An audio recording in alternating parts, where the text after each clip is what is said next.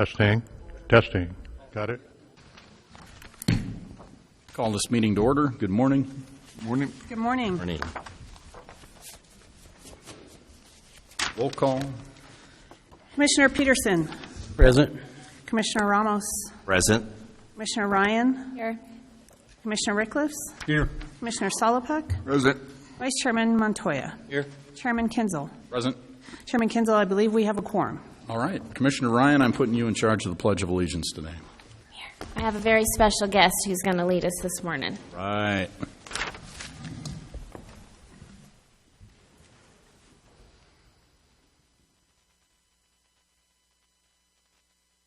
I pledge of allegiance to the flag of the United States of America and to the republic for which it stands, one nation, under God, indivisible, and with liberty and justice for all. Thank you. All right. Bell.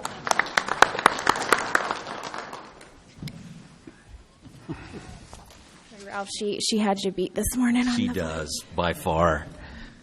Can I get a motion to approve the agenda, please? So moved. Second. All in favor? Aye. Ayes have it. All right. Let's go around the room. Who wants to go first? Morning, Commissioners. Director of the Public, Donald Jaramillo, Deputy Director with the New Mexico Department. Mr. Chairman, Commissioners, members of Mr. Chairman, Commissioners, General Public, my name is Jacob Payne. I'm General Counsel for the Department.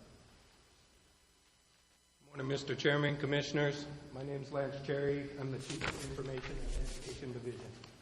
Morning, Mr. Chairman, Commissioners, Director Sandoval, Craig Sanchez, Assistant Chief of Education, Game and Fish. Mr. Chairman, members of the Commission, members of the audience, I'm Chris Chadwick, Assistant Director. Mr. Chairman, Commissioners, my name is Paul Varela. My name is Chief of Department of Game and Fish.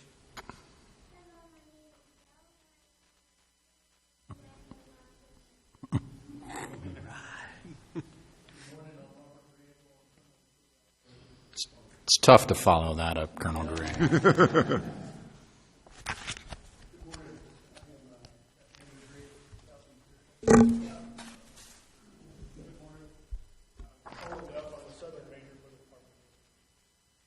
morning, Commission. Patrick Morrow, White House.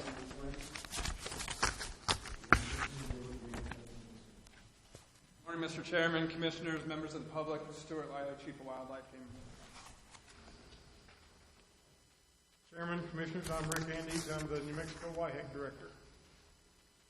Good morning, Mr. Chairman and members of the Commission. I am Nicole Tapman, Big Game Program Manager for Department of Game and Fish.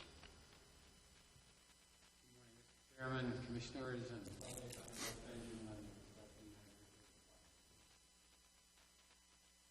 Morning, Mr. Chairman and Commissioners. I'm Mike Haynes. I'm just a private citizen and a sportsman from Los Alamos, New Mexico. And I just happened to be in Clovis and you guys were meeting, so I decided to come down. Morning, everyone. I'm Les Dassler from the Mayo Park Ranch. Good morning, Mr. Chairman and Commission and members of the public. My name is Angelica Ruiz, and I'm with the Administrative Services Division.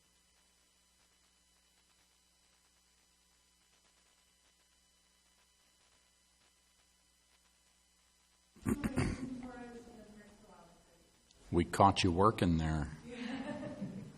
Morning, Mike Sloan, Chief of Fisheries. Good morning. Casey Myers, wildlife biologist, Philmont Scout Ranch in Cimarron, New Mexico. Morning, everyone. I'm Dan Williams.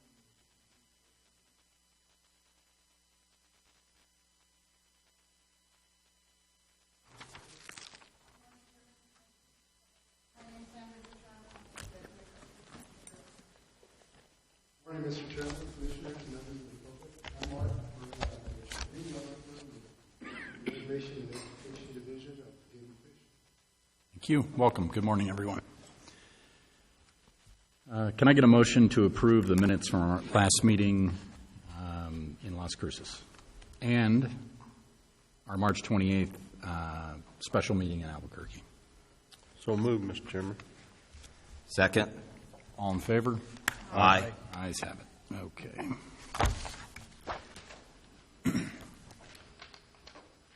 Item number 7, reserving 2 elk licenses for nonprofit wish-granting organization. Colonel Grego.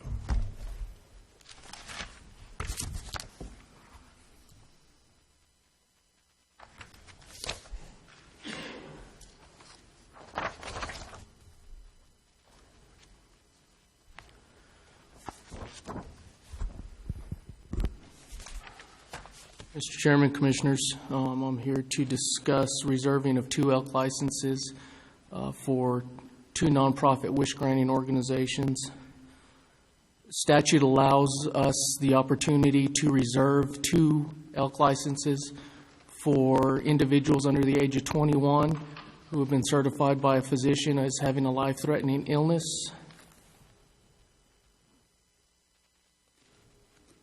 Is it not showing up? There's supposed to be a music video, I think. This will have to do.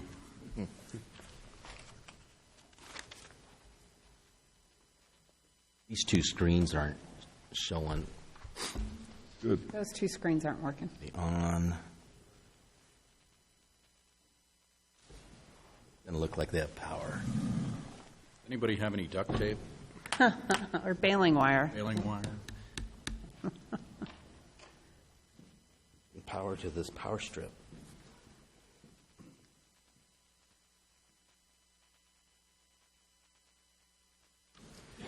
It's okay. We can look at the screen behind us.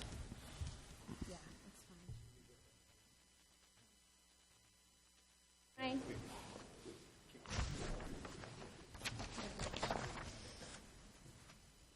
I didn't do it. It's probably me. All right. There we go. Okay. Colonel Thank Grego, you. you may continue. We're good.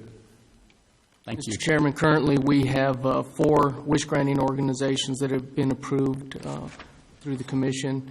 There's our Catch a Dream Foundation, the Outdoor Dream Foundation, Hunt of a Lifetime, and Safari Wish. Each of these organizations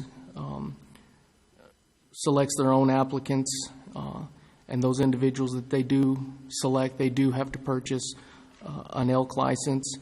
This year, the 2 organizations that are up in the drum are Catch a Dream and Outdoor Dream Foundation. The other 2 received the authorizations last year. So these authorizations allow them to purchase a license. That hunt is good from September 1st through December 31st. Any legal weapon type, they can hunt anywhere in the state that they can gain legal access to, and the bag limit is either sex for that hunt. With that, I will take any discussion.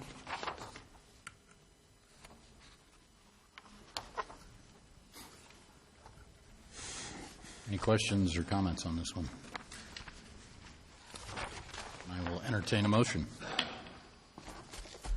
I move to accept the department's recommendation and reserve 2 elk licenses for the 2 applicants to be sponsored by the nonprofit wish-granting organizations, or the alternate should the primary individuals not be able to participate in their elk hunt.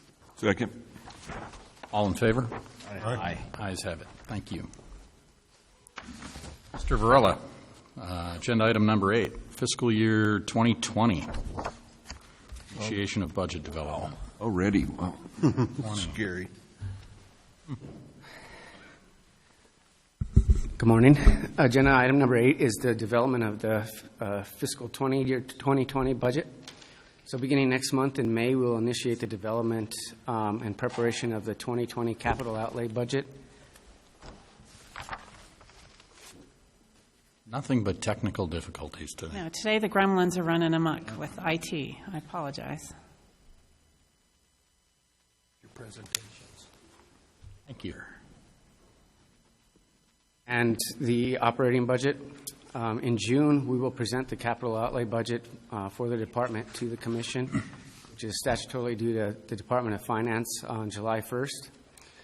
During the months of June and July, we will go around the state meeting with each of you and discussing the 2020 operating budget based on guidelines from the Governor's Office and the Department of Finance. In August, we will present the operating budget to the Commission for approval, and which is due September 1st to the Department of Finance and the Legislative Finance Committee. So that's just the basic timeline for the months ahead. And with that, I will stand for any questions. So is this where we meet in groups of twos and threes to go over the budget? Mr. Chairman, yes, during June and July, we'll be meeting, going around the state and planning those meetings with all of you. On the, is it Pittman Robertson, the money that the federal government gives us, is it off of last year that we got, goes into this year's budget or goes into next year's budget? I've been wondering. Mr. Salopek, we received our apportionment in April. That has been finalized. That is part of the revenue that we receive each year.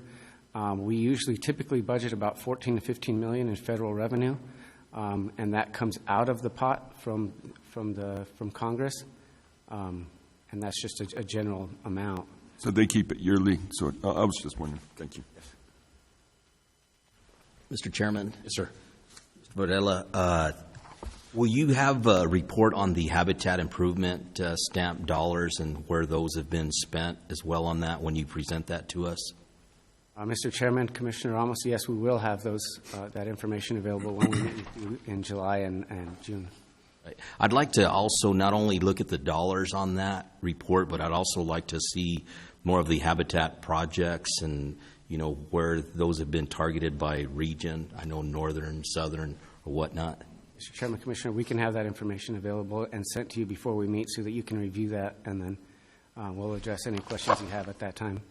Thank you. So, Mr. Chairman, Commissioner Ramos, just to clarify, is that Sykes Act and HMOV or HMOV only?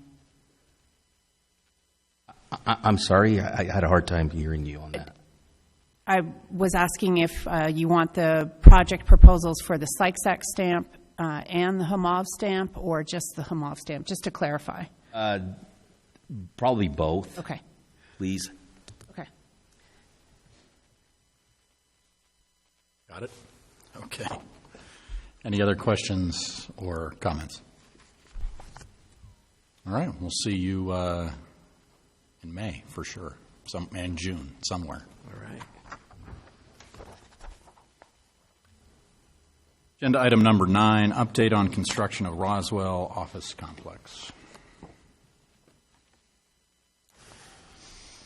Good morning, Mr. Chairman, members of the Commission.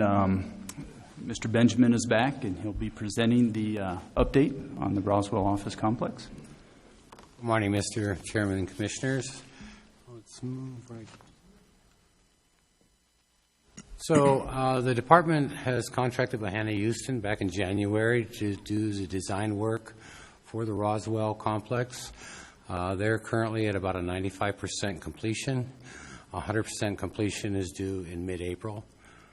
The department also conducted an informal open house in Roswell actually last weekend on March 31st. Feedback received during the open house. Attendance, there was only 2 actual people from the public that came to the open house, and the Roswell city planner. Very positive, works well with the recreational area that surrounds the complex that we're proposing there. We also, the department has contracted Dr.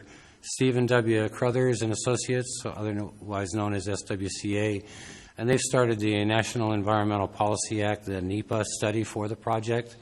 As part of the NEPA process, SWCA will solicit public comments on the project as well. Moving forward, complete the design and bid package. Then we'll go through the bid process with state procurement, complete the Archaeological and National Environmental Policy Act study, finalize the construction grant, award the project, and construct the structure. It all looks so easy on one slide. Yes. When do you expect completion? I'm targeting January, February, depending on utilities primarily. Great. Next slide I'm presenting to you is the actual layout of the property that we are leasing from the city of Roswell. You can see the office complex on West College Boulevard. We have our high-security warehouse and covered storage, very similar in its exact same size as Albuquerque. And then in the farther back portion of the property, we have ATV training capabilities, and there's archery ranges for the general public to use during normal hours. Is this where we got the 99-year lease? Mr. Chairman, it's not quite 99 years. We had to work through GSD, but yes, we have a pretty much forever lease with. How many years is it? It's 20, I believe. Mr. Chairman, it's 50 years with the option to renew for another 50. Right. Excuse. And what do we pay for that? Mr. Chairman, it's going to be $1 per year. $1 per year. It's a bargain. Okay. Finally. I don't know. Finally, we got a bargain. Oh, lease. So the next slide is the building layout. The actual entry and common areas, training areas, is an exact duplicate of Albuquerque's model. We did, however, because of the manpower at the Roswell office, reduce one of the wings and remove that from the structure. But if that growth continues and we get more growth down there, we can always come in and add that wing back in. Next slide is a picture of the facade and the building.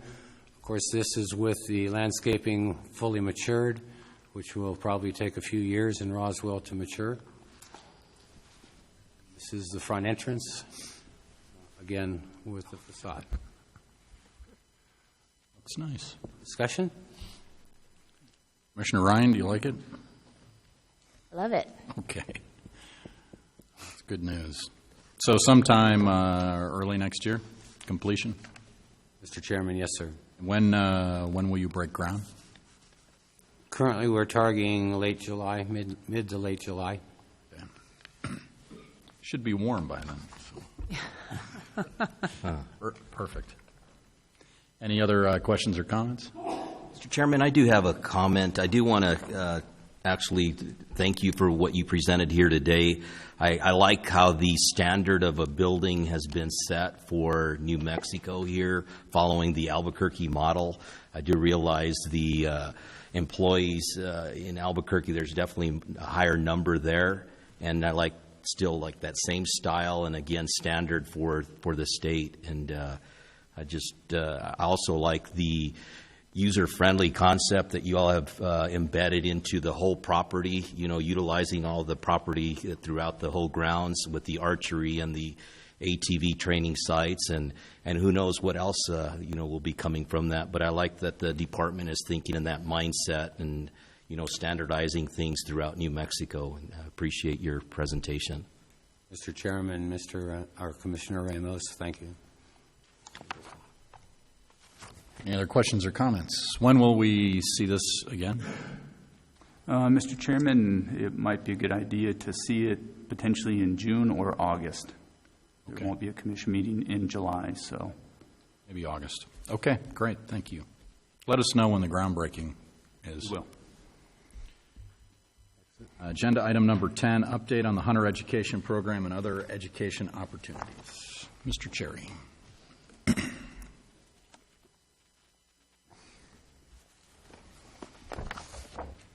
Mr. Chairman, while they're getting set up, I would just, if you all have the opportunity in Albuquerque, the walls are going up at the Albuquerque office. So you might just want to, last time we were there was just dirt. So the walls are going up, and it's neat to see the progress they're making down there. So if you have the chance, I would swing by. Mr. Chairman, Commissioners, I'm here today to present an update on the Hunter Education Program and share a couple of our positive success stories with you, too, as well, with some other education opportunities that we offer. To begin, I'd like to share a brief overview of the department's highly successful fishing education program. Last year, step back, too many buttons. Last year, they conducted over 330 fishing camps, and they reached over 9,000 students and more than 4,500 adults. The program also has been successful in getting into our schools, with over 80 school programs actively participating in fishing skills education. And additionally, the program has had a positive impact in angler participation rates with increased license sales for the department. We credit much of that success to a program with the inclusive approach that they take to not just our youth, but also including families. The department's archery education program, well, I'm just bumping buttons today, ain't I? The department's archery education program is another that's performing at peak capacity. Averaging 20,000 student participants, the program has proven effective at reaching and engaging entire families through skills-based camps, outreach events, and the National Archery in the Schools program. Speaking of NASP, the program continues to show a positive return on investment. Operating with essentially the same funding that they began with, the program continues to set new participation records and is considered the fastest growing program in the West. This weekend we're going to hold our annual state tournament where we will have more than 1,000 students registered to compete. The program will begin at 8 a.m. on Saturday at the Albuquerque Convention Center, and I would truly be remiss to not invite the public to come out and see New Mexico's largest scholastic sporting event. I'm very proud of the program itself. What time is that on Saturday? That's at 8 a.m. 8 a.m. And it'll run all day until 5 p.m. that day, wrapping up with the final flights. So in 2015, as you'd recall, we were facing some difficult challenges with our hunter education program. We were looking at competing interests. Our classes were filled to capacity, and we had long wait lists to get into those classes. Our schools had pretty much abandoned hunter ed as part of the core curriculums that they were teaching in the schools, and we lacked a skills-based focus. In 2016, we took some progressive steps to tackle those issues and rolled out online hunter education. We began offering camps, and we started re-engaging our schools by offering an after-school program that included grant to pay teachers for their time. In the first year, our efforts to modernize the hunter education program, you can see that there's been a strong shift from our traditional education, which included those traditional classes and mentored youth programs, more into the modern approach that we've been taking, which includes online hunter education, hunter ed camps, and our hunter education in the schools.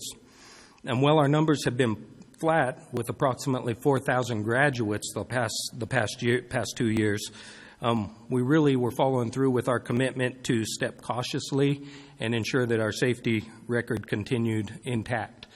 The good news on this is that our record has remained safe and strong, and we have actually increased the retention of our students over the last year.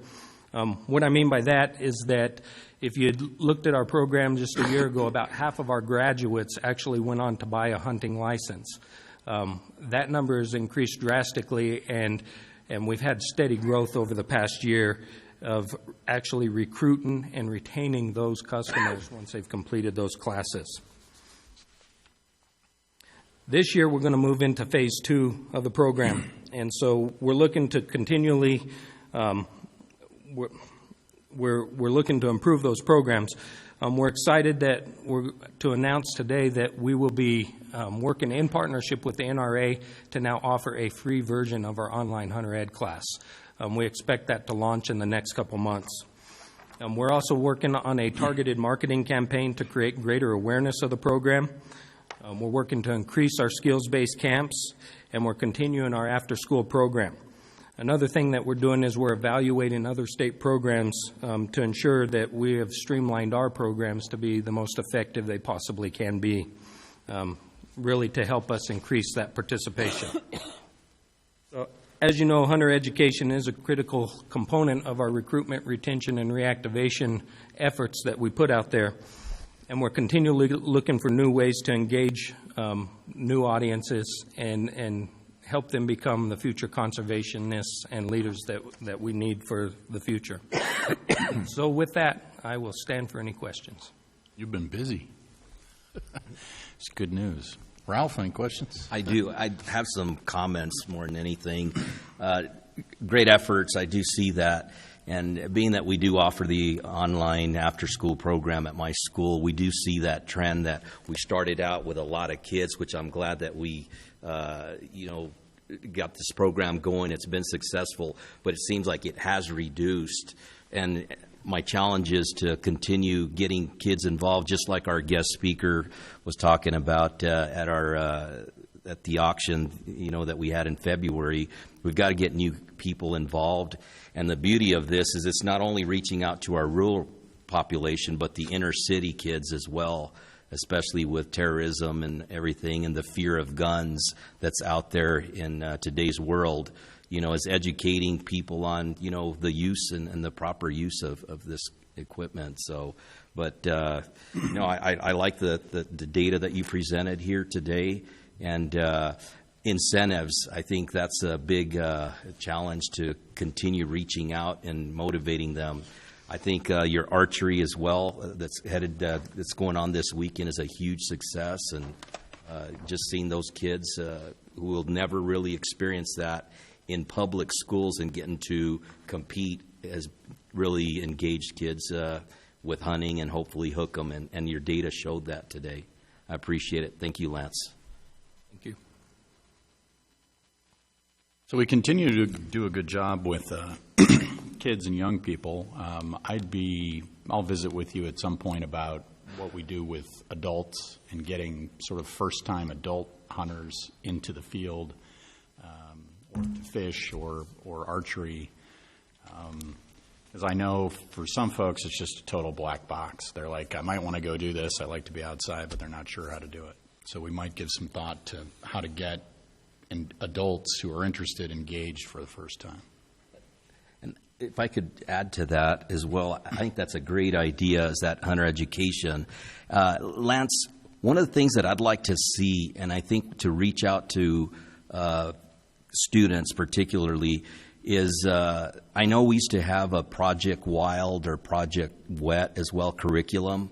What are we doing with that? And is there electronic versions for science teachers in the classroom to embed in there? And what are our efforts to reach out to school districts in New Mexico to bring that on there? I know at one time we were wanting to set up a meeting with our department, our Secretary of Education, and we never were able to accomplish that for whatever reason. But I think now with the new secretary in place, we ought to reach out again and see what we can do, because my goal would be to offer an elective course at all public schools dealing with hunter education and everything we have with natural resources to hook more kids.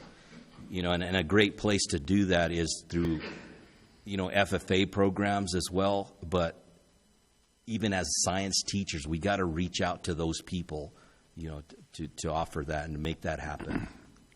Mr. Chairman, Commissioner Ramos, this was one of those situations where our education programs are very robust at the department, and I could have absolutely consumed your entire day with really the number of things and variety that we do. Let's do it. I do want to let you know that we do have a full-blown curriculum, online approved, that we are getting into the schools, along with our wildlife conservation presentation, which really focuses heavily on wildlife conservation, that our officers across the state work countless hours putting that into the schools and have made a really strong effort.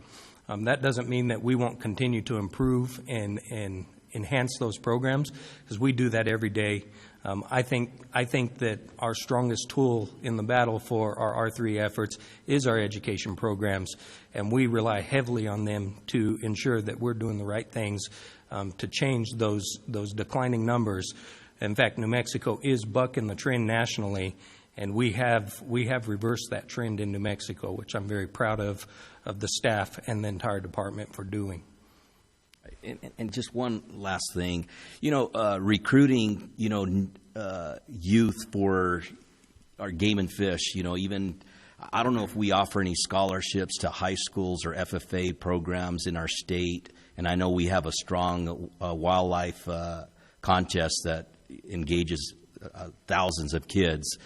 And today, I would have loved, and I just thought about this, why don't we invite FFA chapters, to come to a meeting? We have an awesome facility here that Sandra arranged for us today, but, just in that mindset, so they can see part of this process that we do, as a commission as well, maybe invite them, reach out to them. I don't know. Mr. Chairman, Commissioner Ramos, we can do that. I think scholarship would be a key one to talk about. Yes, sir. Lance, you might mention the event in Clayton Shooting Range that's coming up the 21st. Yes, that is correct. Mr. Chairman, Commissioner Ratcliffs, we do have a public meeting coming up April 21st to provide the public an opportunity in Clayton to talk with us about the shooting range and our plans.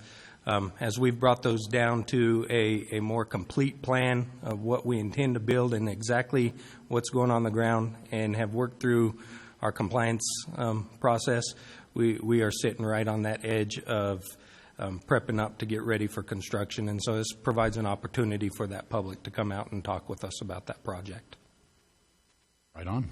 Progress on a lot of fronts. Any other questions or comments on this one? Okay, thank you. Agenda item number 11, update on the habitat restoration project on Colin Neblett Wildlife Management Area. Mr. Liley, you have the mic. Whoa. Oh, man, he's got all these. I had to hear you for 4 agenda items in a row. That's right. You're stuck with me for a little while. Holy cow. That is the last 4. So, Mr. Chairman, members of the Commission, we wanted to bring in front of you today just kind of an update on some of our habitat management activities that were occurring on some of the Commission-owned properties, and one in particular that was kind of exciting for us this winter that we wanted to kind of showcase is the Colin Neblett. Our objective with the Colin Neblett, and where the Colin Neblett sits, if you're not familiar, right outside of Eagle Nest Lake is just to the east of that is where the Colin Neblett is. There's the north and the south. North and south is divided by the highway that goes into Cimarron, but where we're really focusing on was the south. It's a mixed conifer forest that had a high probability of an intense wildfire. So we really were focusing in on restoring that habitat, really in that mixed conifer habitat type that not a lot of people in the state have really gone into the mixed conifer for fear of what do we really do and where we're going to go in there. But it was also to restore some aspen regeneration in there in a historic aspen meadow. So in 2016, we hand-thinned just the remoteness of the area and lack of roads. We had to bring hand crews in with chainsaws and hand-thinned 538 acres of mixed conifer in there to reduce fuels and promote that aspen regeneration.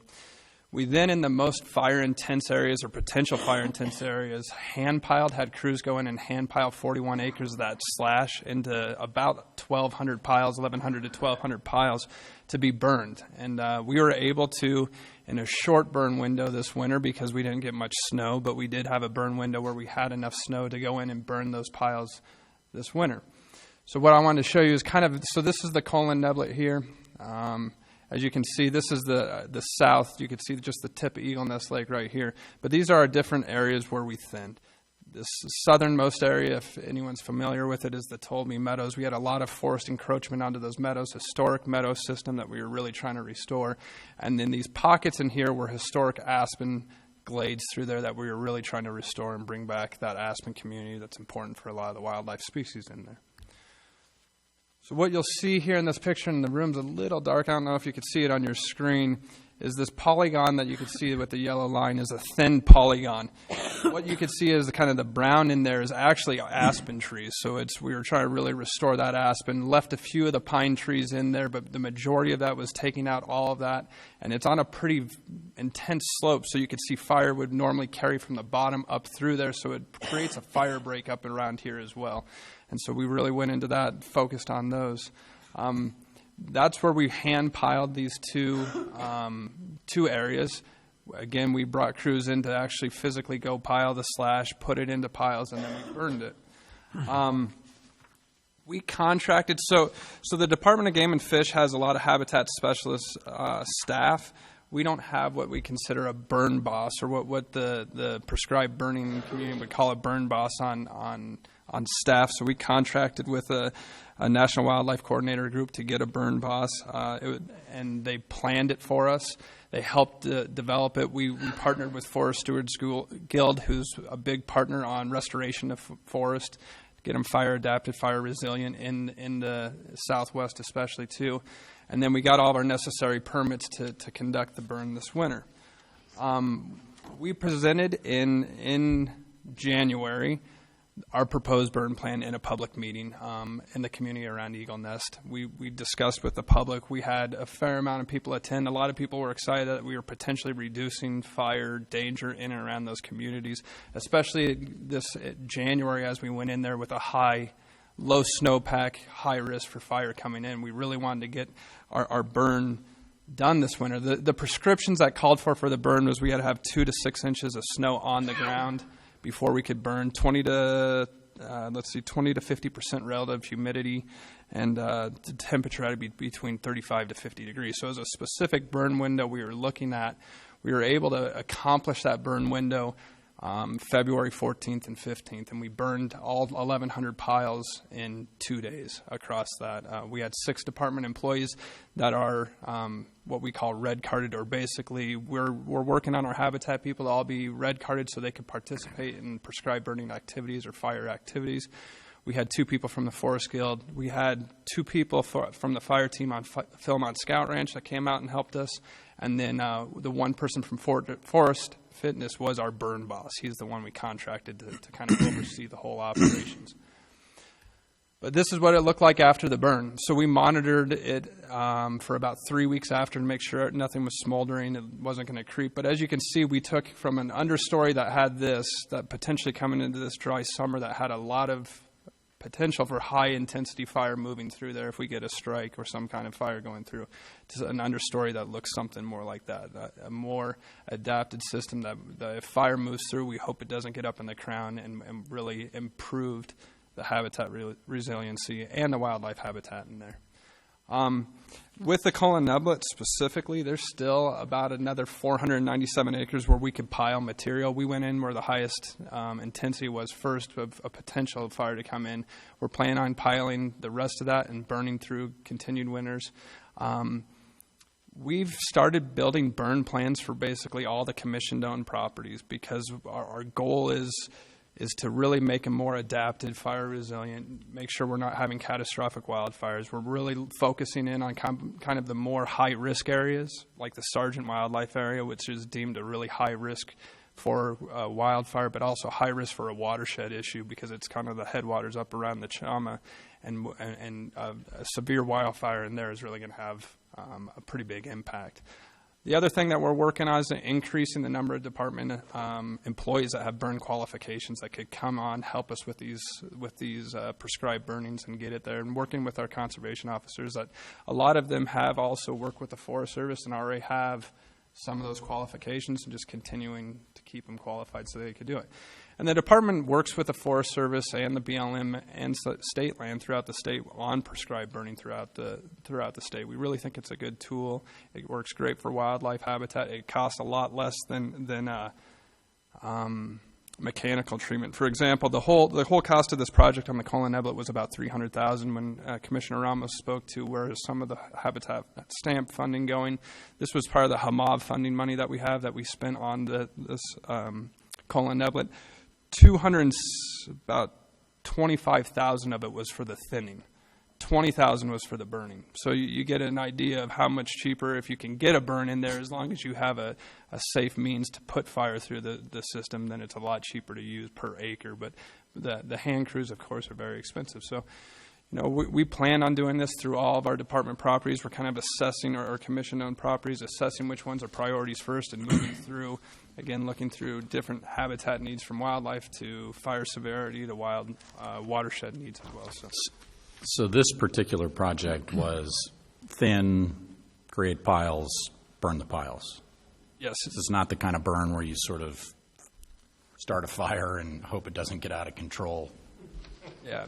Mr. Chairman, Commissioners, so this one was a really difficult one. As you can see, this is a fairly steep slope. It was impossible to run just a broadcast burn through there without getting in the canopy. It's really dense forest all around it, so the best and safest solution was to cut first, burn piles in the middle of the winter when it's not going to. So is that the model you're going to use in other? It's really going to areas, be or- dependent on each area. If there's fire breaks, so there's no fire break on the top of this ridge that would go over the next ridge to Ute Park or to Cimarron potentially. If we had an area where there was already a fire break put in, there's the potential for some of that. So we're trying to work across the different properties. Everyone's going to be a little different depending on the potential for spread of fire to. I'm in favor of this, just be careful. You blend with fire, but it's important work. All right, and then on the last line of the what's next, you talked about Forest Service and BLM. Are you getting the cooperation you need from them to do the work? Yeah, Mr. Chairman, members of the commission, the biggest thing that we work with the Forest Service and the BLM, even with our projects, is compliance to get the work done.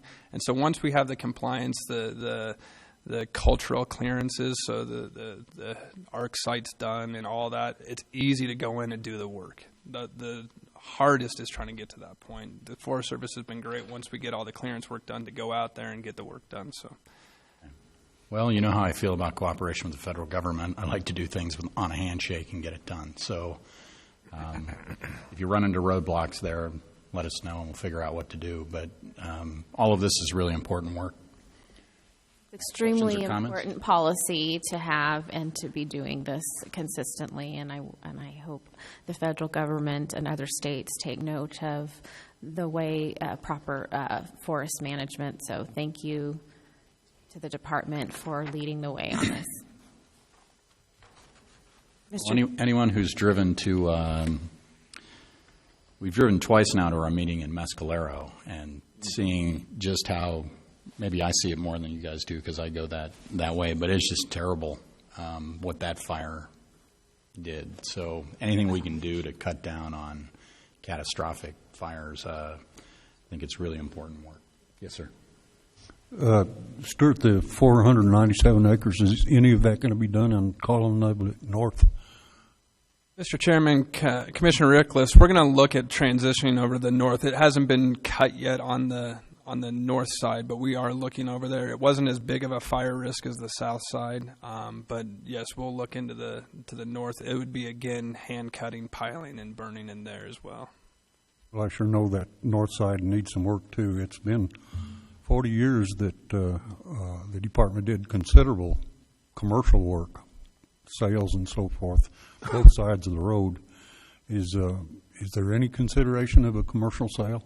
So, Mr. Chairman, Commissioner Rickless, we actually thought about it with this particular project. The only issue that we had on the south side was road access to logging trucks to get back in there for commercial, and actually trying to find a person to bid it from a commercial perspective. We will look at those activities if possible. If we could get a commercial guy coming in and it costs the department no money to thin out, would be our preference. We were working with a helicopter logging crew as well. They were interested for a while and then backed out. So we will continue to look down those avenues for if there's a potential commercial sale on them, that we would look that way too. Mr. Chairman? Yes, sir. Stuart, didn't we have a fire in there about 10 years ago on the north? Mr. Chairman, Commissioner Montoya, so the Poneal fire probably came close to there. It came more on the Elliott Barker. And so the Elliott Barker is to the south, northeast of the Neblet, and that it did come through the Barker, but not really on the Neblet. It was a good fire. Mr.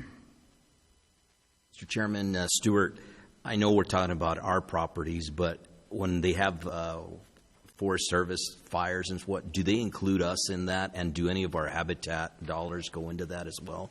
So, Mr. Chairman, Commissioner Ramos, in terms of wildfire, we don't necessarily contribute to it. We do an extensive amount of habitat restoration work on Forest Service BLM, I think to the tune of between Pittman Robinson dollars and department and different capital projects. I think we're committed to almost $10 million in habitat restoration across the state of New Mexico. A large chunk of that is going to be on federal land because they're one of the largest landowners in the state of New Mexico. So, yeah, we do quite a bit. We haven't had any of our habitat biologists go out on fires yet because they just got carded. So we'll see if we get a call out for that stuff. But, yeah. Mr. Chairman, if I may, I just want to extend my greatest thanks to Stuart and his crew. This has been a number of years in the making, and a little bit of a nervous moment, as you pointed out, to be careful when we decided to actually burn. Those were some tense moments, only because we wanted to make sure we had all our bases covered. But the work that was put into making this happen was a lot, and I'm greatly appreciative of everything, Stuart, that you and your crew have done to make this happen. It's the beginning of something that I think will carry forward for a number of years, and truly appreciative of all the work to make it a go. So thank you.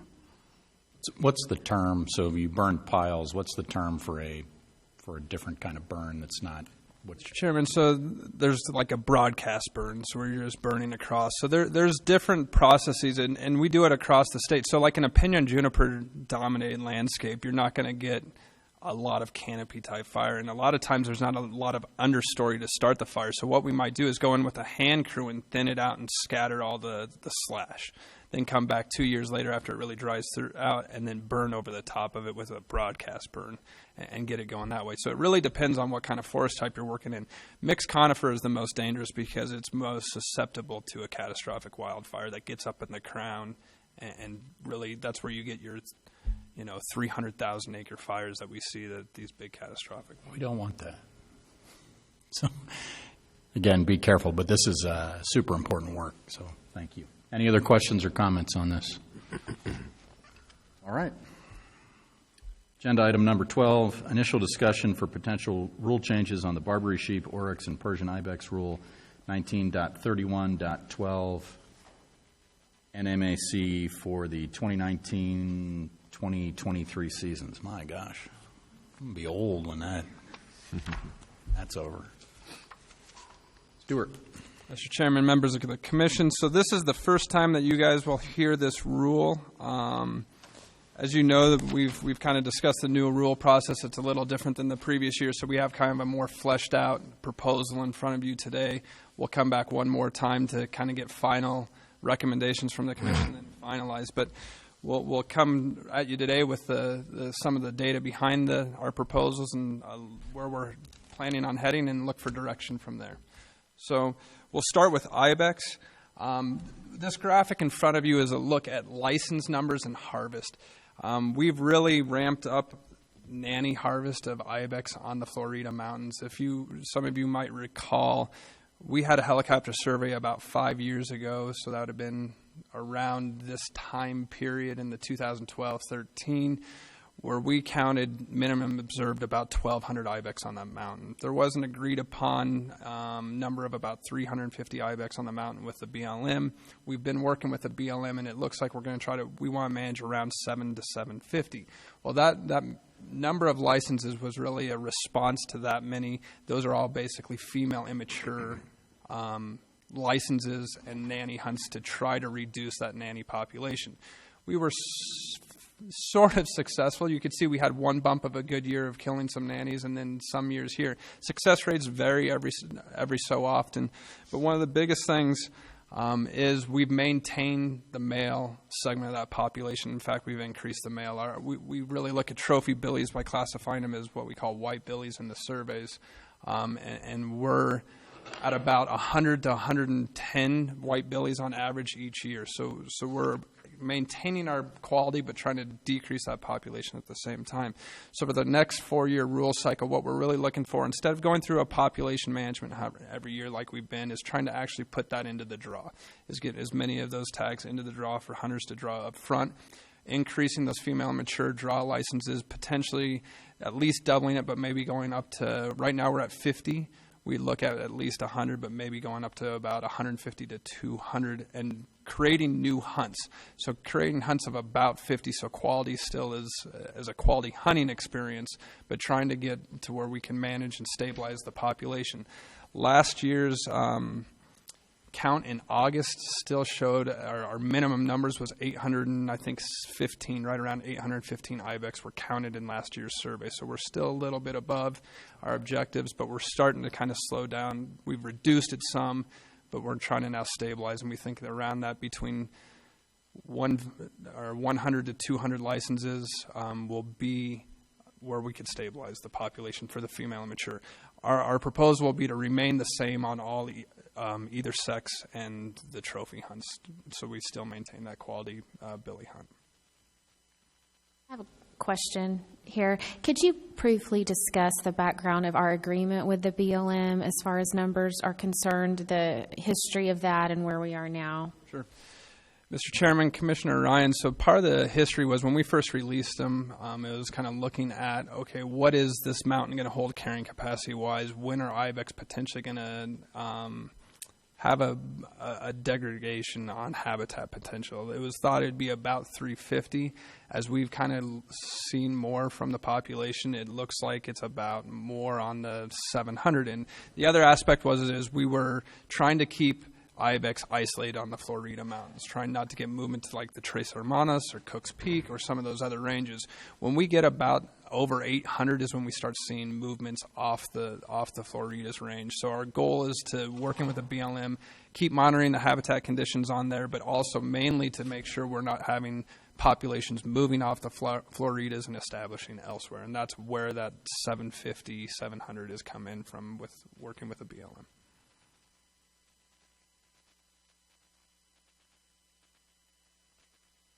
So moving from ibex to Barbary sheep, so we get 3 species done in one presentation at least. So Barbary sheep licenses have really increased drastically in the last few years, and that increase is not because of draw hunts. We have an over-the-counter license for Barbary sheep that allows people to hunt anywhere in the state, excluding our areas where we draw. That tag went from 180 sold in 2013 to this last year we sold 871 licenses. So a significant increase in one interest in the off-range tag, or excuse me, not off-range, but over-the-counter tag, but a significant increase in that sales. What you'll also see is we had an increasing in harvest through time too as we had sales go. We also saw increasing success rates on those hunts, which is indicative of an increasing Barbary sheep population. So not only did we have increasing harvest, but increasing success. So it wasn't, as we see those, it almost trends always to an increasing population. Maybe the fitness of our hunters is improving. There's a potential of that too. Okay. So, the other thing is, as you guys will recall, about 4 years ago, we opened up the west side of GMU 34 to Barbary sheep hunting, moved it out of the draw and put it into that over-the-counter area. We have a significant amount of people hunting that over the west side of GMU 34. We think last year the estimates were about 300 to 350 people hunting the west side and harvesting almost 150 Barbary sheep on that west side. So a significant portion of this is just occurring on the west side of GMU 34 of what you see here. So are our numbers okay on these? They're not. Mr. Chairman, we think the population continues to increase. We're seeing them in new areas almost every year. Success rates are increasing with the draw hunts that have remained stable license numbers. So yeah, the population, if anything, is increasing rather than definitely not seeing a decrease. Mr. Chairman, would this be the time to ask a question on that particular west side of 34? Sure. My question is that I believe that there's more hunters that are hunting that basically for the male ram, harvest versus the ewe harvest. And I believe our original objective was to kill or lower that population down to introduce bighorn sheep there. And what is our goals again with that bighorn sheep? Are we getting close to start seeing more activity in that west side, bighorn sheep habitat or not? So for sure. Mr. Chairman, Commissioner Ramos, our hope actually is, so a little bit of history on the desert bighorn. We had one site on a private land where we were using as a translocation site that was on the Frokjostabals, and then our captive facility at Red Rock. Our whole plan all along was to shore up our extant herds of bighorn, desert bighorn, before we started moving sheep to new areas and starting a new population. We think we're there with those herds now. We still have a capture that's to be conducted on the Frost this next fall. We have sheep that could come out of Red Rock, and then also we're working with White Sands Missile Range to potentially take sheep off the San Andreas and move them. Our hope would be that we could work with all those three entities this year to potentially move sheep towards the west side of GMU 34, maybe as soon as this fall, as quick as we can do it. So we're getting close, I guess is the point, is we're within a year to, or less than a year to a year and a half out. The biggest thing is making sure those source populations we're able to capture out of them and translocate from those. And I understand that the Barbary sheep is only one of the animals in there, but what about, what are some other steps that we're going to have to follow leading into translocating date, such as predator control and all these other variables? Water, I know, are, again, habitat tanks and projects. What else is going to happen, and what are those steps? Mr. Chairman, Commissioner Ramos, so one of the biggest things that we found through all desert sheep restoration is predation's the leading cause of mortality for desert sheep. And so we have done aggressive predator control to establish populations. We've backed off of some of the predator control when we have established populations. But before we went in with a new release, we definitely want to do targeted control around the release area and move around, and predation from mountain lions. And that's our number one concern. So we would go in with either our department's trapper or contractors to work on reducing the predator numbers in and around the release area just prior to release and keep working around there. The nice part about the Sacramentos compared to some of the other mountain ranges where we've introduced or reintroduced desert bighorn sheep is there's a whole other suite of species for a predator to kill. In the hatchets, for example, we were down to desert bighorn sheep solely. So really a lion coming there was killing a desert bighorn sheep no matter what. Here we might have a buffer from other species that may lessen predation some, but we will do predator control. In terms of, water development, we don't think there's a water development issue there. It's actually kind of a much wetter mountain than some of the other ranges where we have desert sheep. We don't, they're pretty good at finding water sources, natural or through vegetation, so we're not real worried on a water source limitation issue. Thank you. You can continue now. Okay, Mr. Chairman.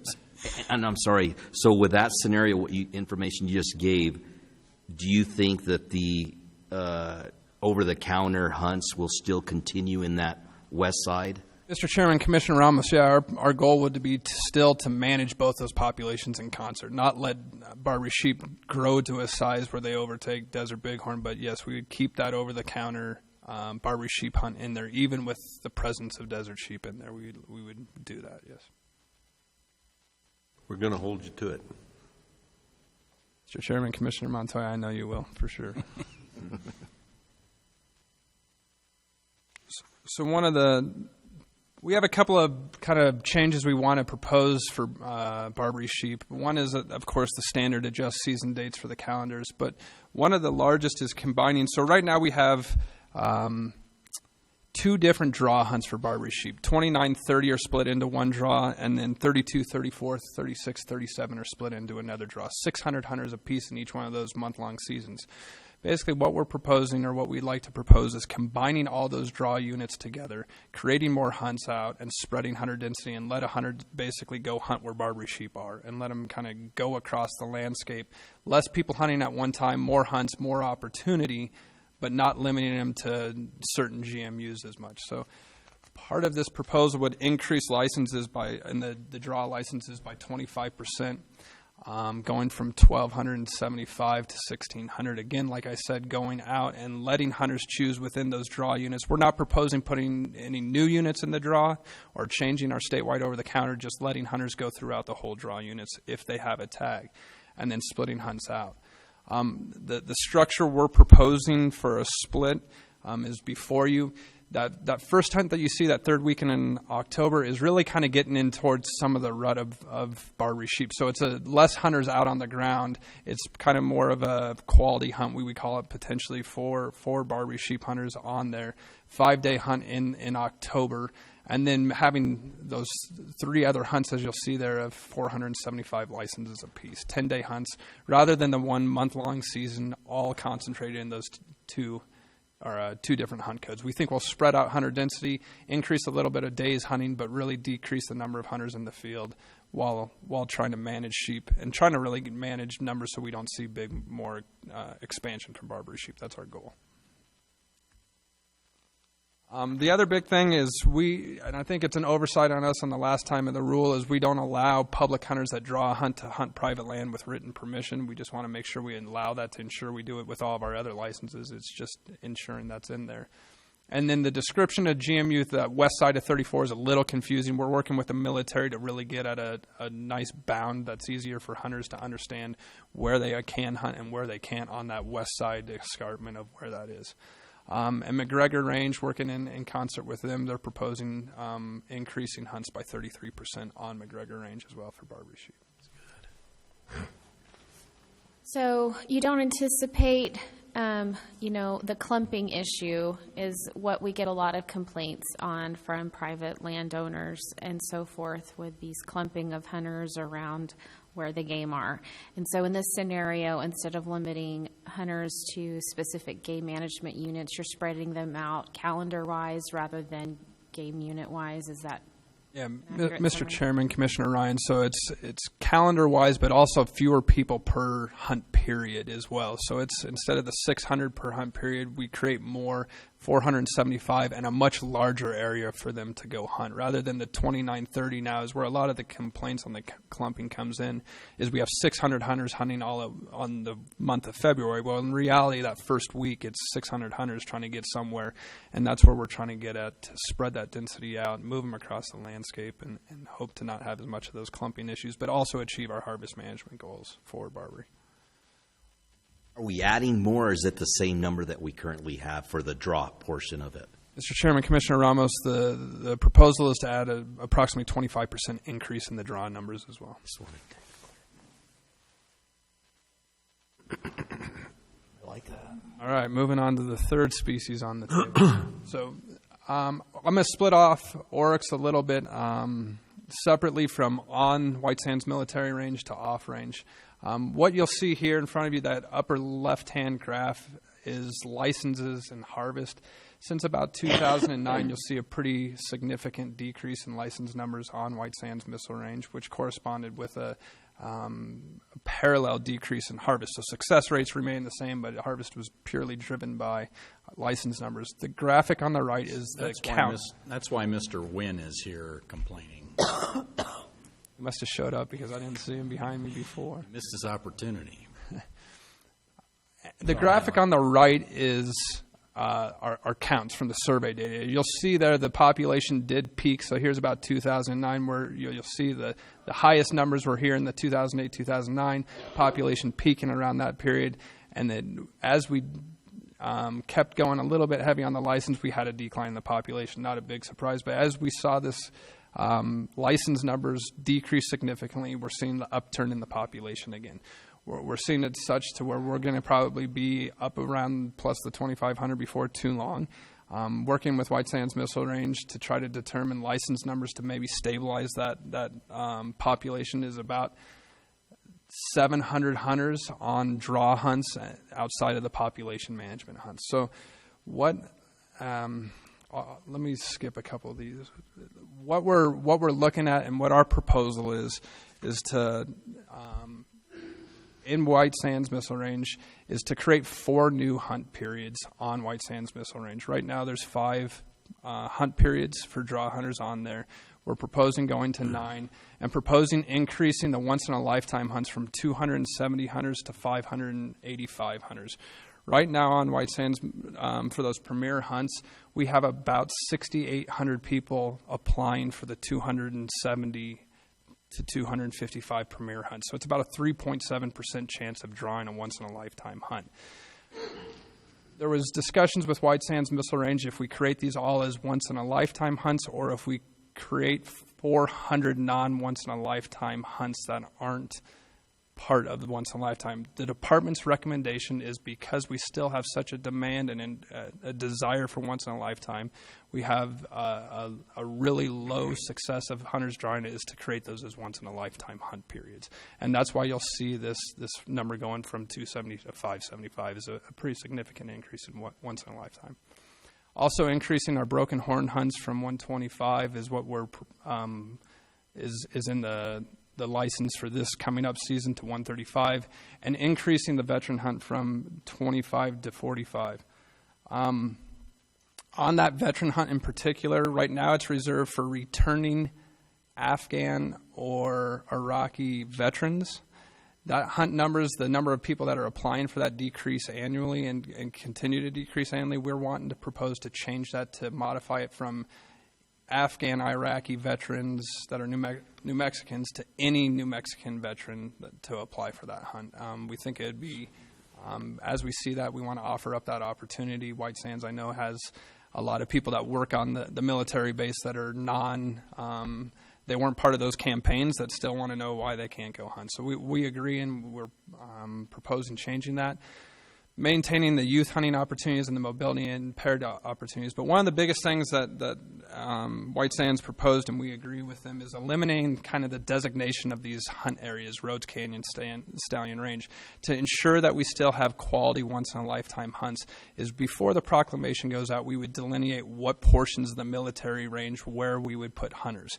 Rather than pigeonhole someone into Rhodes Canyon. If something happened where the population shifted further to the south or to the north and we wanted to hunt them, we want to give that flexibility to make sure we put once-in-a-lifetime hunters on where the population exists. So people would be drawing for GMU 19 White Sands Missile Range, have the option right before the rib on what month they're going to hunt, where that actual hunt would happen, but not put it in rules so we're not bound to putting hunters out where maybe the oryx population is shifted to or where it's not as good. So that's one of the biggest changes with our proposal for on White Sands Missile Range.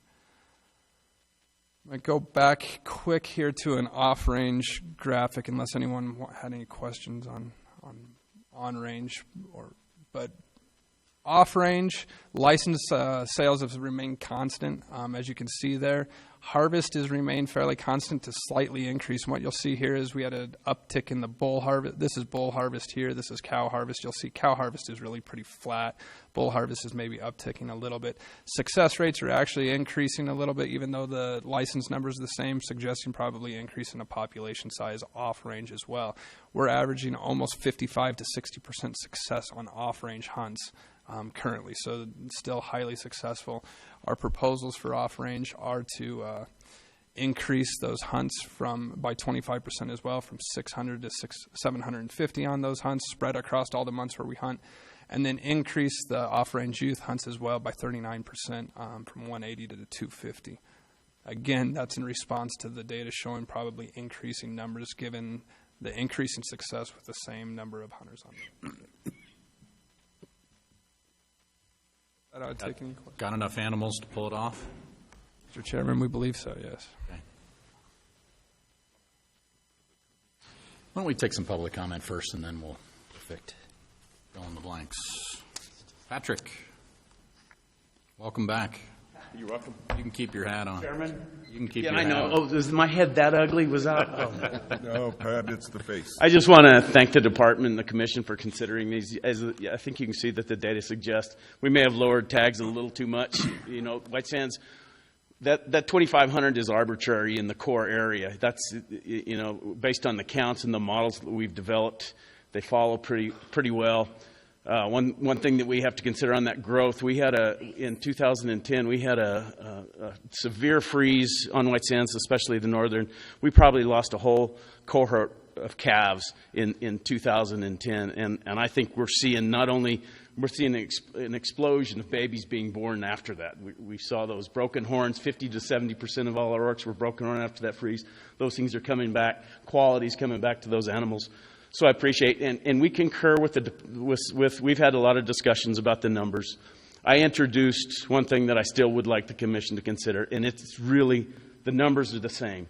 But we brought up the idea of having open hunts at the end of the season, 4 new hunts that are open that anybody can apply to. Those broken horn hunts, they are typically, they don't really help us reduce broken horn animals. It became an opportunity for people who've already had a hunt to hunt white sands again. And so our thought process is increase opportunity, because there's so many people that have had it once in a lifetime, and there's so many hunts, but one of the best is on white sands. Increase that opportunity and use those hunters that are open and not once in a lifetime to move those hunts around the range where we're not as worried about success rate, because most of those guys have already had their oryx. We're happy with the proposal the department's proposing. I would just like some consideration over the next 30 days of some of these other ideas. But really, the numbers are a wash. I mean, just talk to him, and we are, and we are discussing it. And I appreciate it. You feel like the numbers are there? Oh, I know they are. Okay. When we used to have 1,600 tags, and that's too many. 1,000 is too many from what the missile range and conflict with emissions is. We'd rather not have it, but we have to do that for the next 4 years, I think, to get our numbers back to a stable. And I still can't guarantee that's enough, but I think it's a good start. As long as the numbers are there. Just for clarification, Pat, are you wanting the hunters that have already got once in a lifetime, are you looking at just having broken horn hunts? My proposal was to have open hunts. Some hunts, 1 to 4 hunts that have higher numbers, so the quality's not important, that anybody can apply, even those people who haven't drawn a once in a lifetime. It would basically and eliminate the broken horn designation altogether, because we'll still kill the same number of broken horn animals on a once in a lifetime hunt or an open hunt. And it is a wash on the numbers. So, I mean, from White Sands' perspective, we really only care about the numbers. But I've been in this oryx business for 30 years. And I wanted to keep some hunts with at a lower level, 60 to 65 hunters, and keep that once-in-a-lifetime opportunity where there's not as many hunters, we don't have as many enforcement actions, and the quality's good. And then the late-season hunts have 100 hunters. I don't care about whether it's this quality. They're being used to target animals in areas. Those are the hunts I'll move more into stallion or into the mountains or other places to kill oryx. But either way, I can agree to both of them. Some of that makes sense? All of it makes sense? So, Mr. Chairman, Patrick and I have been in conversation, so we're on a little bit of differences of opinion on this one. We agree with the numbers. So at least let's say off the top, we agree the numbers are correct to harvest it. The biggest thing that we have a disagreement is how we get once-in-a-lifetime hunters onto the range. Right now, we had 6,800 residents last year apply for the once-in-a-lifetime hunts that have never had an oryx on the range. So we have a large percentage of New Mexican residents that never had a chance. We would like those hunts, this new opportunity to go to those once-in-a-lifetime hunters rather than to people that have already had the opportunity to harvest. So that's the difference that we really see there. Yes, it maybe is a little bit more people on the range at one time, but right now it's about a 3.7% chance of drawing a once-in-a-lifetime hunt on white sands. Until we see that come up and this chance of drawing a chance, we really don't recommend elimination of the once-in-a-lifetime status on those kind of hunts. With those really small percentages, you do need Mr. Wynn to weigh in on it. And my one argument to that is we're adding 400 tags. Many more opportunities to apply. There are going to be a lot of people that have never hunted an oryx, and that's the key. I want to hunt an oryx. Now there's 400 more opportunities. I guarantee you a lot of people who have drawn a once in a lifetime are going to apply for those hunts too. So they're still going to get their oryx. Square this circle at some point. Can I ask one more question real quick? What's interesting to me, Stuart and Pat, I know some people that will never put in for their once in a lifetime because it's like they want to keep it, So me and my family, we've all drawn out once in a lifetime, but it's surprising how many people will not put in because I don't know what year they're waiting for, but it's pretty interesting. They will not put in because they want to do these. They just want to kill oryx and not waste their once in a lifetime. I just thought I'd throw that out. Chairman, Commissioner Solopek, I'd have to agree with you on that one there. What you just stated, but I've been trying to wrap my brain around both plans because really what we need to decipher is, number one, our objective is 2,500 oryx to get our numbers down. And are we going to, honor the once-in-a-lifetime program that we've established? And what's going to happen with once-in-a-lifetime is currently we have 60 people hunting on 5 hunts, and if we increase, which we do, we're either going to open it up to anybody, even once in a lifetime people that have already harvested to hunt on the same White Sands Missile Range, or are we with 100 people hunting there versus 60 at a once in a lifetime opportunity, less traffic?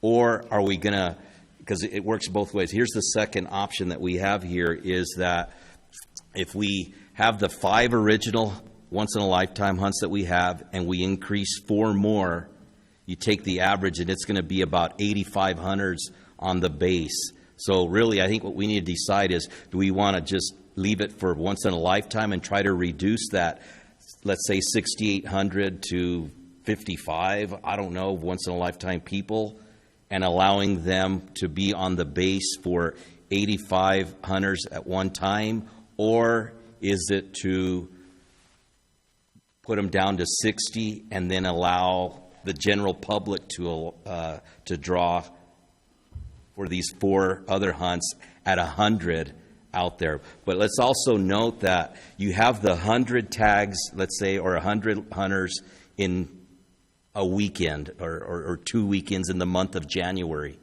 On top of that, you have your badge hunters who can also hunt in there. So that 100 number might turn into 15 to 30 for the month of January.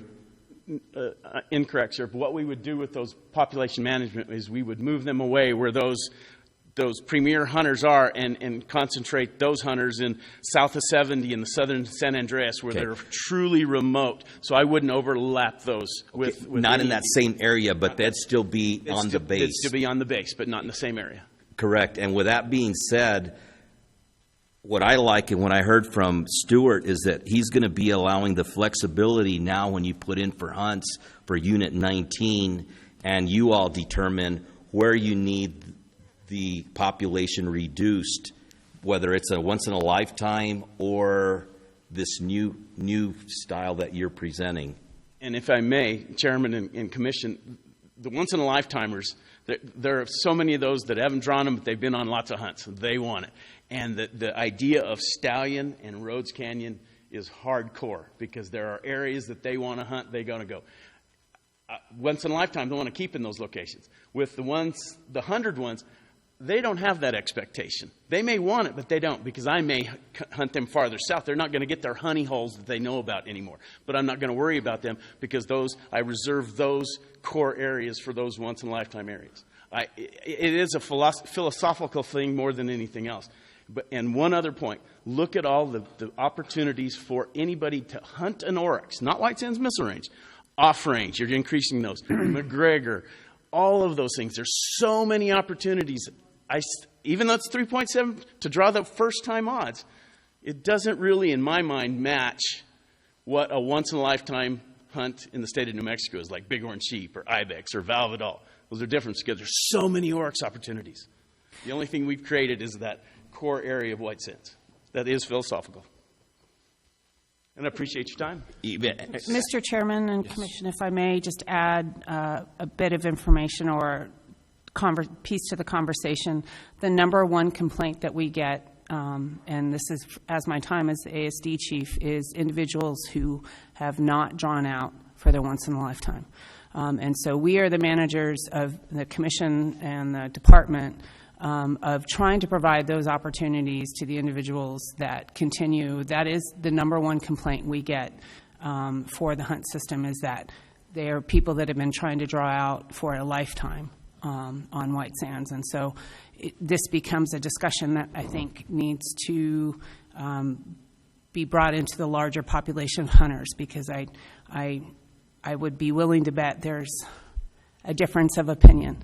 And we need to do the work on that because that is the number one complaint that we get.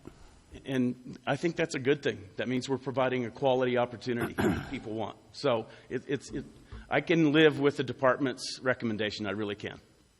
Chairman, Director, I have a question for you. So do you think this would be a great opportunity to have a survey for people who have been putting in for oryx, these 7,000, and there's probably more with all the off-range, and survey them on what would they prefer?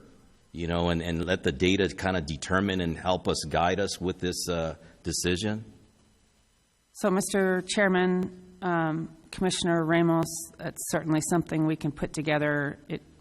Given the timelines of where we are in terms of rule proposal, I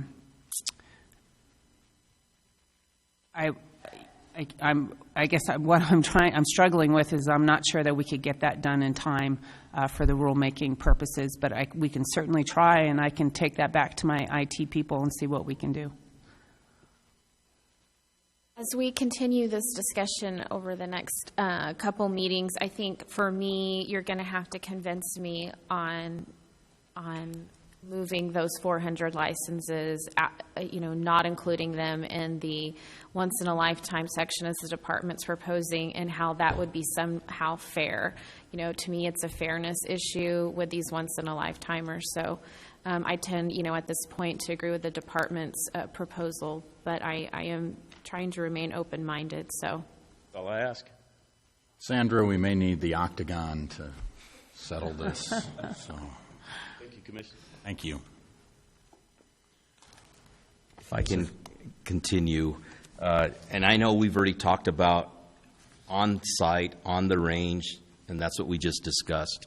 And obviously our objective is 2,500, and I think either way, both models will work. And it, again, boils down to, do you want 85 or 60 out there on the range? But now to move on to a question on the off-range. What are the surveys, or how are we getting data on that success other than through Hunter Harvest Report? And to me, my concern is on private properties that are outside of the range, and how are we going to tackle those issues where, and I'll just use, for example, the Armendariz Ranch, and what are our survey counts there, and how many tags are being purchased, to particularly hunt on that property. And one of the things that I would like to see, Stuart, and I don't know if we've had a conversation with that particular ranch, is I know we have a great relationship with our Bighorn Sheep program, where they receive, so many Bighorn Sheep tags, and the public gets to utilize that property. I'd like to see some type of agreement for some public access to hunt that private property. And I know it gets a little more controversial with that because the O+ rule is different from E+, and it's almost set up like the deer private owners, where they can purchase as many as they want. So what are your thoughts on that? So, Mr. Chairman, Commissioner Ramos, first off, the biggest thing with Oryx management is similar to IBEX. We're not wanting to establish all the way. If we let Oryx go and didn't manage the population and try to harvest as much as we could, we'd have Oryx expanding across all of New Mexico. And the goal is not to have mass expansion across Oryx. So it's to harvest those animals off range as much as possible. Continue to have a once-in-a-lifetime type experience on the missile range, but off that range, have a hunting opportunity, but really manage it so we don't have Oryx up in the Santa Fe National Forest or Oryx up in the Gila or something like that. Probably wouldn't happen up in that northern latitudes, but definitely could happen in the southern latitudes across the state where we don't have big freezing. That said, so you are correct that private land Oryx is over-the-counter as many as you want. With our success rates of being almost 60% on off-range, we think that we've had an expanding population. We don't physically survey all those areas as an Oryx survey. We get cursory information from bighorn surveys, from pronghorn surveys, and we're seeing some increases in those populations. Access onto private land is a private property rights issue, trying to go down that road. And so we will definitely work with landowners that are interested in opening up their land to public hunters through open gate, through those processes. If we have a landowner that's down in where we have consistent Oryx use off range, we'd be more than willing to enter into an open gate agreement to get them monetary compensation for letting public hunters on there. I think that's our best route to get onto private property with public hunters. More public comment. Mr.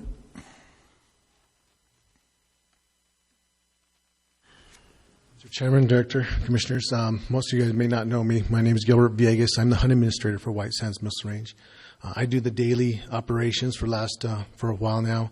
And regarding the hunts, I've been there since 2003. We're unique. Wismar's a unique situation where we have a lot of hands-on with our hunters.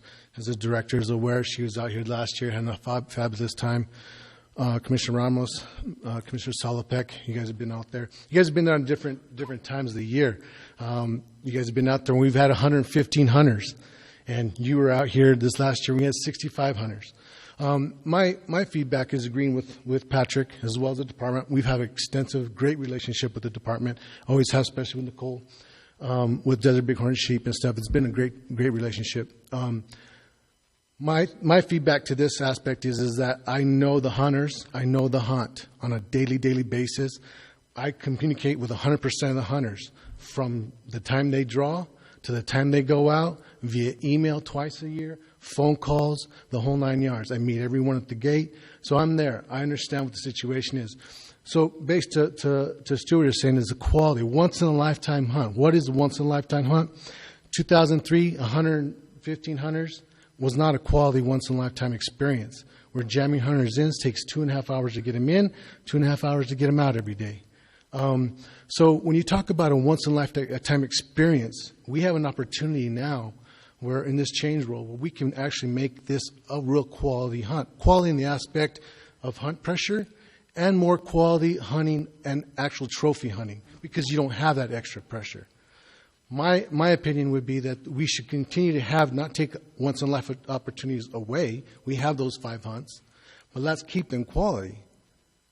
The biggest complaint I had was, back in those days when we had 85 to 100 hunters, was, man, I couldn't get down the road. Guys aren't pulling off the road. People are shooting off the road. Just too much.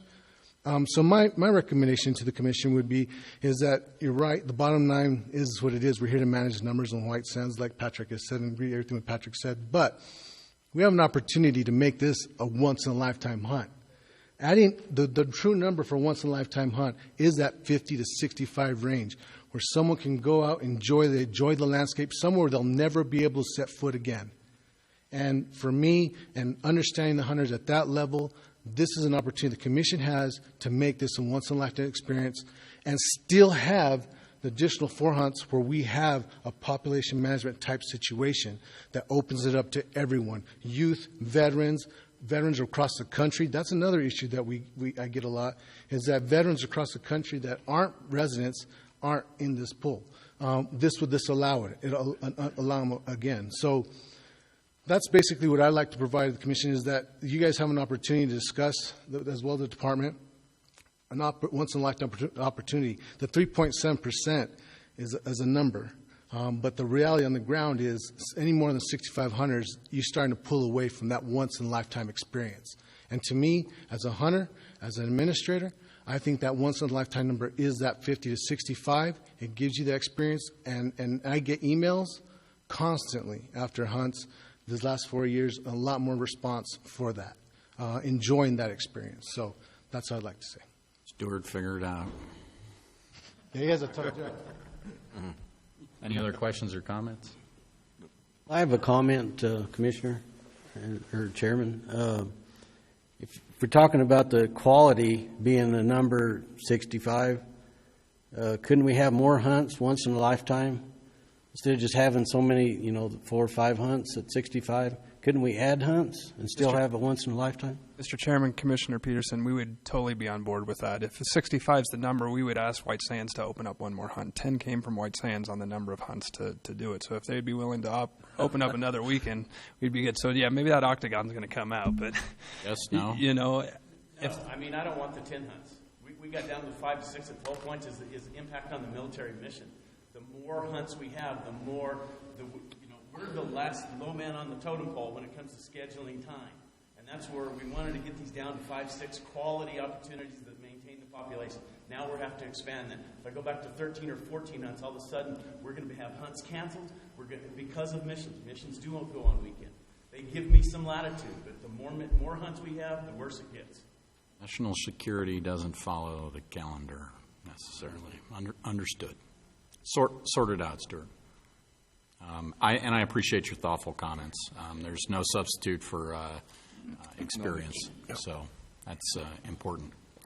So we will see this in a month? Mr. Chairman, yes, that is correct. Okay, thank you. Let's take a quick break, but before we do that, can I get a motion to move up public comment to, it's agenda item number 16, to move it up after agenda item number 14? I'll make the motion. Second. All in favor? Aye. Ayes have it. So public comment will go right before we go into closed executive session. So Mr. Leahy, get ready. You're my only guard so far. Just a note for your attention or your information. Deer in the yard that was really sick. We took that deer. Yes, it was back there. Okay. Thanks for the snacks. Oh, you bet. Sure. There's more there if you want. Thank you. Agenda item number 13, subsequent discussion for potential rule changes on the turkey rule 19.31.16 NMAC for the 2019-2023 seasons. Mr. Chairman, members of the commission, so just as a reminder with the rule development cycle, this will be the last time the commission sees it before we act on it at the next period. So any comments, concerns, or different recommendations in the department, we'd like to hear them now, because after this, we'll go develop the rule and post it online, and then next time you'll just see the rule that we've finalized. So with that, some of our proposed amendments, again, is always just in calendar dates, but adjusting the youth seasons for those calendar dates, making sure they fall on a Friday, Saturday, Sunday is how we do the youth hunt, typically about sometimes as much as a week and a half before, but sometimes as little as 4 days before the April 15th opener is what we have historically done for turkey. Opening some additional areas for spring turkey, I'll get to that here in a second, and then also some fall areas. We've received only 13 written comments as of last Friday. We did hold some public meetings. You'll see we held those in concert with the migratory bird rule in Farmington, Las Cruces, and Albuquerque. The Farmington-Albuquerque meetings was primarily driven on migratory bird, but we did have people comment on turkey as well. Some of the comments that we did receive, a lot of people are happy with us opening additional areas, creating new youth hunts. Some comments on additional primitive hunting opportunities potentially for spring turkey. And then additional opportunities for Goulds. Goulds were restricted because it's still a listed bird. It's listed as threatened under the SGC.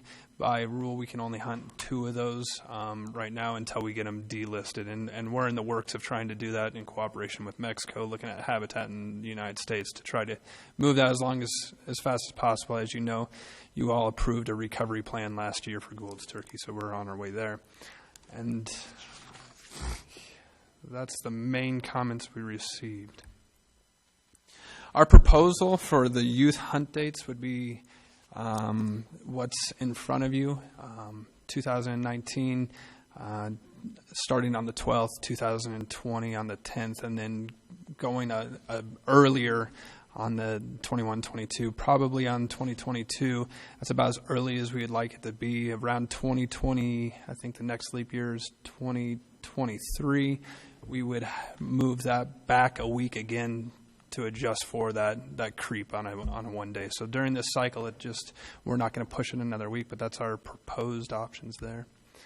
The other thing is the Huey. We have some special youth turkey hunts, and just adjusting the seasons for those and ensuring they coincide on weekend hunt dates for those 2 different draw tags for the youth only on the Huey. One of the new things that we're proposing that came about from the southeast area is working with the Washington Ranch is creating a new youth hunt on the Washington Ranch in GMU 30 for 10 tags for a youth hunt, kind of an experience hunt for kids. It'd be probably escorted by officers in the southeast, kind of give them an experience on hunting, etc. But and working with them. But again, a new hunt for those birds, 10 tags. And then Rattlesnake Canyon, we moved birds up into Rattlesnake Canyon quite a few years ago. The population's doing well. We currently have 5 tags in there. We're proposing increasing that youth hunt from 5 to 10 tags.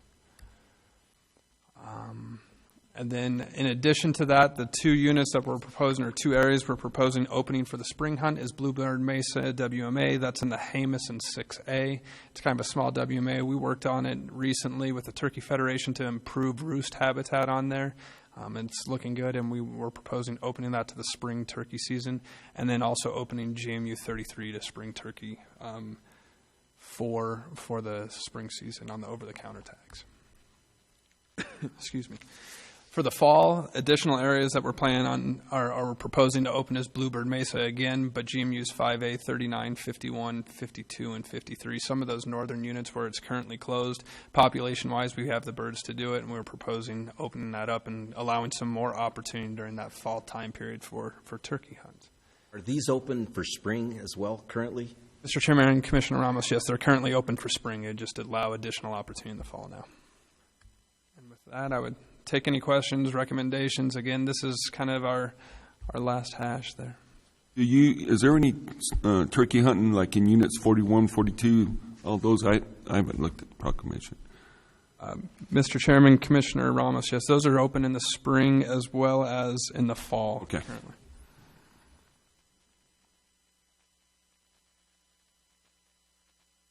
Dead silence. Okay. I guess we'll wait to hear from you. So that means next meeting. Excuse me, Mr. Chairman. That means Ralph can't change it between now and then. Mr. Chairman. Now, manner and method will be discussed later, right? Mr. Chairman, Commissioner Ramos, that is correct. So as you'll recall, and I didn't say this, we're pulling manner and method from each one of these rules to live in one rule. As we get closer into, or further down into the summer, we'll bring forth manner and method rule to discuss as a whole in the rule, rather than putting it in an individual species rule. And every time we want to change something manner and method, we have to go through every species rule. We think it's better to live in one rule that we adjust and make it a more simplistic rule and go through that process. Good luck with that. Okay, so we'll see this next meeting? Commissioner Chairman, it'll be at the June meeting for final adoption. Got it. Okay, agenda item number 14, subsequent discussion for potential rule changes on the migratory game bird rule 19.31.6 NMAC for 2018-2019 hunting seasons.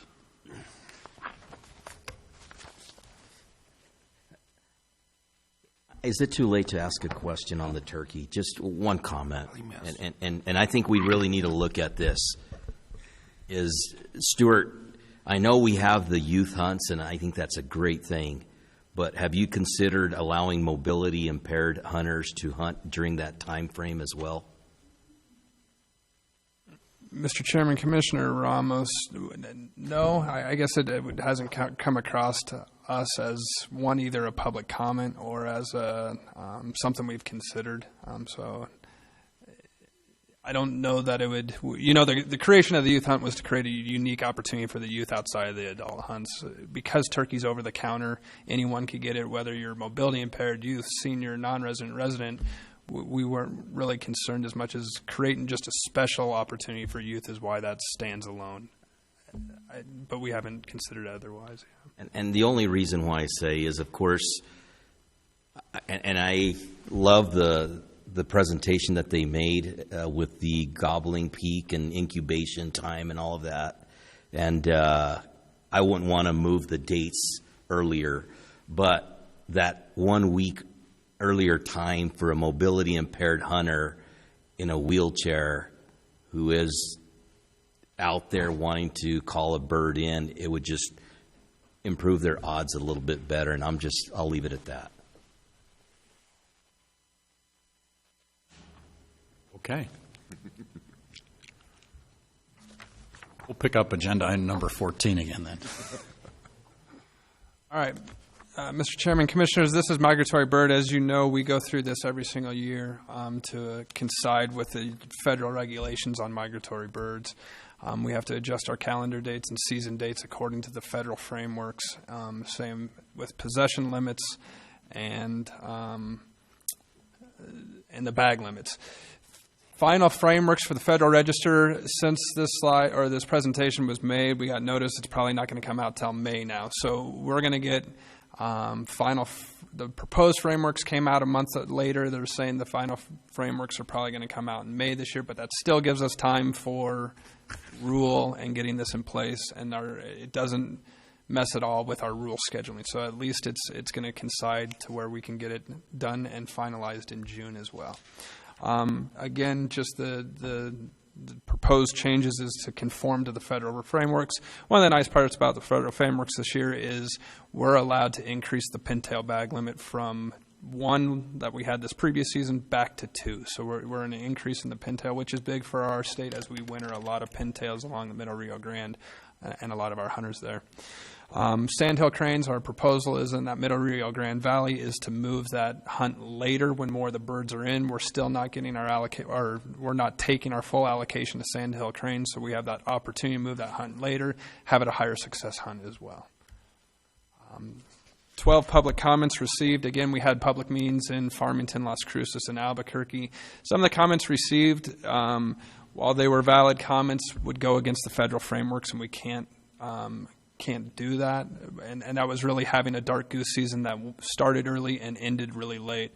The federal government doesn't let us to do the splits in that, so we can't go the full later into February is where a lot of those birds are there. We have to end at the end of our duck season, which is typically the last Sunday in January. The biggest comment on duck season was start as late as possible, end as late as possible. That's our proposal, is to do that.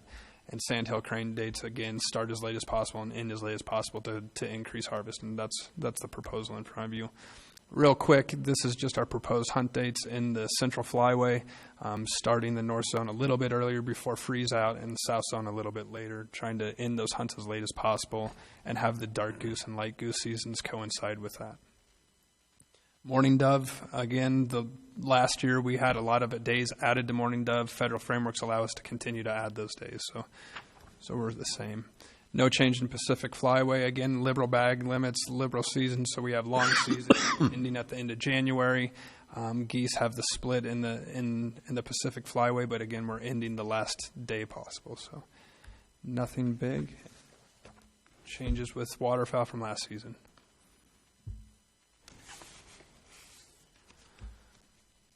Questions, comments? So we'll see this, May, June? Mr. Chairman, it'll be up for final adoption in June. Okay. We did move up agenda item number 16, public comment. Mr. Leahy, you're on the mic.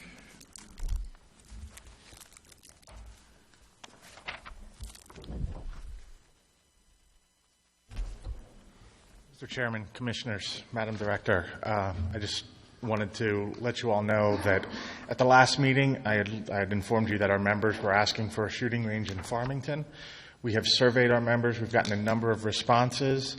I was just talking to the chairman about the opportunities to do this, and I think we can get this rolling, start moving this through by identifying some properties, getting that information to you, and hopefully get this started before the change in an administration so that we can get this moving for our members up there. And I hope to work with Commissioner Peterson a little more closely to get this done. So I just wanted to make everybody aware. Thank you. Yeah, we as many troops as we can put on the ground to find locations is great. It's a big state and we can't be everywhere at all times. So if you've got people to do the legwork and feed us some potential locations, I'm sure Mr. Cherry and company will do the due diligence to make it happen. So. Thank you. Oh, and I revised my comment about J.D. Martinez. It's all about pitching. Okay. Seeing no further public comment, can we get a roll call, I guess, motion and to go into executive session? Somebody other than me.